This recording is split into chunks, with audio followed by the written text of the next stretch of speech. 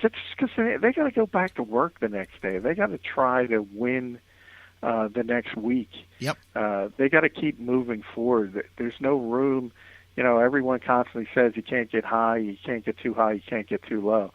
Now, all that said, Johnny Manziel, we said it from day one. He's got to understand the position he's in and the position he played. If a backup offensive lineman is yucking it up when they're down that much, but he has to understand the position. He's talked about constantly is a real mature kid at this stage, and but I can't kill him for that. Even though, as I said, he's got to understand he's got to handle himself. Maybe he should take a look at how Derek Jeter handled himself all these years, just retiring from baseball. I mean, there is a way to do it, and it's not necessarily fair. I'm not saying it, but he's got to understand the position he's in. No, absolutely, and I'm not killing him for it either. I noticed it, and I know for a fact, like, look at this guy, and I'm like, okay, but then it gets washed away with the second half worked out the way it did. That's cool though. I'm not gonna pile on. He is he's the young guy, the backup quarterback. I want to go back to Brian Hoyer. I see, every once in a while you get somebody. I got a guy in the chat room here who insist that Brian Hoyer was just handed this job. He didn't earn it. He doesn't deserve it. Brian Hoyer, for those of you that have been living under a rock, this season for 132, 1,008 yards, 6 touchdowns, 1 interception, and overall as the Cleveland Browns starting quarterback, 139 for 228, 1,623 yards, 11 touchdowns, 4 interceptions. I'm sorry. To me, that is a successful quarterback there. I mean, I don't know how you can argue with that.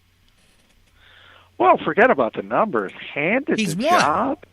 Yeah, handed the job. He was named the starter. I have an issue. I mean, he fought for that job through a number one draft pick, man. Yeah, he's anything but has been handed anything, and that's the life of an undrafted player in the NFL.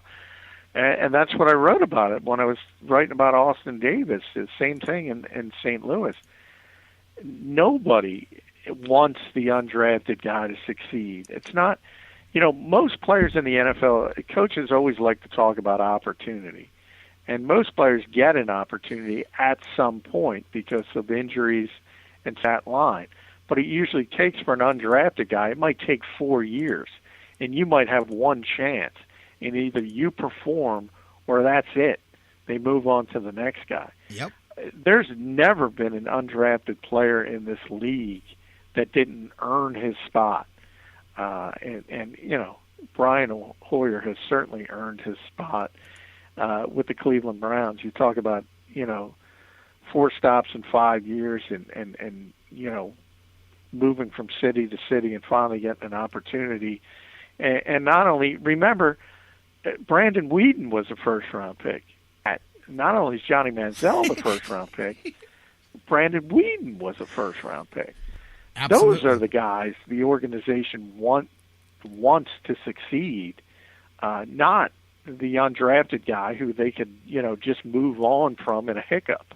He was the number 3 and then had to work his way through that. Then he gets hurt when half the people aren't convinced yet, and the ones that are only have a 5-game sample size to work off of, so they don't even really have a leg to stand on. Then they drafted first round this year and sold a record number of jerseys for the guy, and then they let the kid not win the job, and they handed it to Hoyer. Like, I get a kick out of that. What he's done is not you're right. What he's done as far as just being the quarterback, what he's done is nothing short of incredible, because in today's yesterday NFL, that absolutely does not happen. As a matter of fact, I go to Mike Pettin. I said this earlier with Travis Benjamin. I don't know if you were on yet when I said it, but for him to for Coach Pettin to pull Travis Benjamin aside after that punt and say, don't go over there and put your head down, keep your helmet on, I need you to go make a play for me today in this game. And he went out there and he made the big catches when the Browns needed to down the stretch. He does little things like that you can say X's and O's, you could say there's problems with his defense right now, but Mike Mike Pettine's just a hell of a football coach, and things like that are going to pay dividends later on with player equity and trust in him later. But he stood strong when he was a rookie head coach that could have been ran over by an owner and a fan base that wanted to see this kid and who's this Hoyer guy. Meanwhile, he stuck to his guns, and whether he had to win people over in the front office or whether they trusted him to do what he wanted to do, but he stuck with Hoyer. And he said it yesterday. He said, guys, this is why I told you he's my quarterback. This is why. Right here, he showed you why he was my guy from day one. But think of all that. I think that speaks to the coaching staff, too. Mike Pettine's a player's coach, and as much as people will criticize that when you lose, like Terry Francona for the Indians, when you've got a good thing going, that is a great trait to have, because guys will run through a brick wall. And I think these players will run through a wall for Pettine, and as an offense, they'll do it for Brian Hoyer, too. Yeah, it's also a situation, but then again, you talk about Cleveland as an example. I mean, generally when you're a first-year head coach, you have some rope, but as we saw last year, not necessarily. But generally, you have some rope. Now, you take a look at Rex Ryan, who we mentioned; he doesn't have as much rope any longer. So. It becomes, if you've been there for a while, if people know your job's on the line, it changes. Just like we talked about in a game, it's not who you play, it's when you play them. Yep. Similar things with coaches. They're all at different stages of their shelf life in their particular markets, and that part of it can cloud the thinking and change the thinking.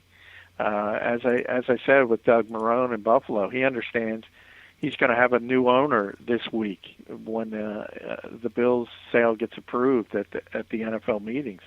So he understands. Generally, new owners want to bring in their own people. So about the only way he can keep his job is to make a run toward the playoffs. He understands that. That's why he made the move from E.J. Manuel to Kyle Orton. For the long term, probably a bad decision for the Bills franchise. For the short term, absolutely the right decision for a guy who's trying to make the playoffs. Yep. In a situation in Cleveland, again, you would think Mike Pettine has at least 2 or 3 years to work with, so he can afford to lean on what he really wants to do. And what he really wants to do is start Brian Hoyer. Now, if this was the 4th year of his tenure and he was coming off a bad year, it would change it. It would change it. So a lot of that has to do with where a coach is and his incubation period, so to speak. And right now, he's got some rope.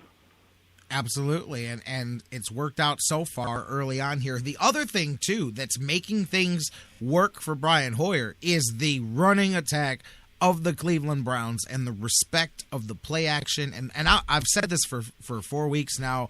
I will keep saying it. Man, Shanahan, it's changing the way teams defend the Browns in the final quarter and in the final 5 minutes. The fact that he will continue to run. He ran draw plays down the stretch of that drive when the defense is not expecting you to run anymore because most teams abandon the run.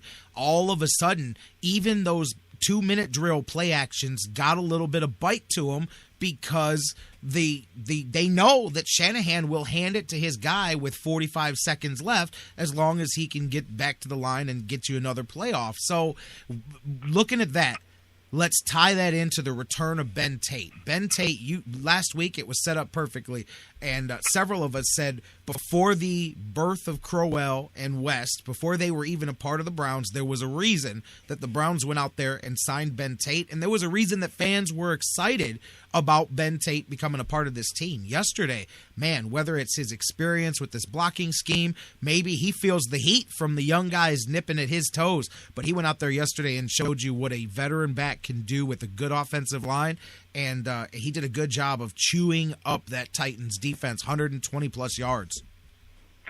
Yeah, and, I said back in the off-season, I said you guys are going to love Ben Tate. The only question is, can he stay on the field? And, that's been an issue. But he was on it yesterday, and you kind of saw what he could do, and the fact that he's got the size to be a bell cow on. You can give him the ball 22, 25, 30 times. And he can start to wear down an opposing defense. I think the most improved, and I've said it from day one, the most improved part of this team is the running game. And when you talk about just how bad it was last year, and now you have 3 guys that can carry the football, I don't think there's any doubt that that's the biggest difference on this offense. And remember, we always talk about it, Josh Gordon's not there. Jordan Cameron is, but he's not himself. Imagine when everybody's healthy and going at 100%. Yeah, absolutely. People, you've had some different people already talking like, man, what happens if you add Josh Gordon to this? I said, exactly. I said, man, and here's the other thing. Is the offense theoretically should just really be humming by that point in time, assuming that, like you said, with Tate especially, that guys stay healthy. Cameron is able to keep that shoulder healthy. Man, tell you, Cameron, too, you could see now with him feeling a little bit better, Hoyer was targeting him more. He was going after him and not afraid to go up there and throw those jump balls and let him go up there, use that height and those hands and grab that ball.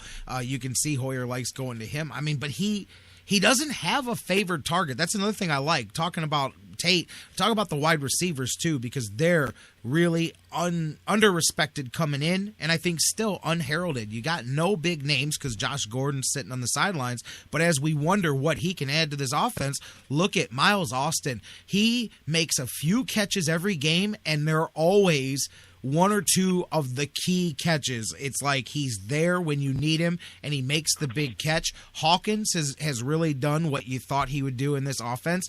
Taylor Gabriel is showing up, again, nearly 100 yards yesterday, and able to get over the defense. And Travis Benjamin, we've seen him, man, going up. If he can continue to go up, especially be a red zone threat where he can sky over guys and go for those high passes, man, look at that. And nowhere in there have we even talked about Josh Gordon yet. Yeah, and that's the thing. I mean, he will have a favorite receiver when Josh Gordon's back. Yeah. Absolutely. But yeah, I understand what you're saying. A lot of it, though, and the aspect that people don't get, I think yesterday, if you take Hawkins, Hawkins has been even better than advertised because everybody knew he was a really good slot receiver, but he's been able to go outside the numbers at times without Gordon there and help in that way. But, when you have Cameron and Hawkins, when they're on the field now without Josh Gordon, those are the guys you got to focus on. So I think if you look at Hoyer's numbers yesterday, the vast majority of his incompletions went to those two guys. However, those are the guys that the opposing defense is trying to stop. And that opens things up for, Benjamin and Gabriel and guys like that who are seeing single coverage and making plays, and that obviously helps them. So that's one of the things that people don't take into account, and it's all part of it. And even when difference makers like Cameron aren't making plays, they're having an impact on the game. And we're seeing that here, and Kyle Shanahan, especially, you think about in the preseason, there was so much talk, and I was right there with him, saying, hey, man, are we overcomplicating this offense? And Mike Pettin, and sometimes you hear coach speak so much that it just all blends in the same, and he said, listen, I know you guys have heard this before, but once we separate this competition, once we get to week game planning, I think you guys will see that things are going to come together more. And we were all like, yeah, right, this is an offense in disarray from what we've seen in the preseason and so on and so forth. But hey, it's obviously, I'm not saying again that this is a Super Bowl caliber offense, but they obviously knew what they were talking about when they said once we buckle down to our core concepts and we stop splitting the reps and we really get things narrowed down, we think this is going to be a really good offense. And we have seen that. I mean, who'd have thought with the way everything looked that the offense would be the cornerstone right now and the defense is the one letting them down. And let's go right to that before I let you go. The defense, because all the talk about the great job that was done to get yourself out of that hole and to win 29-28. How did you get to 28-3 to begin?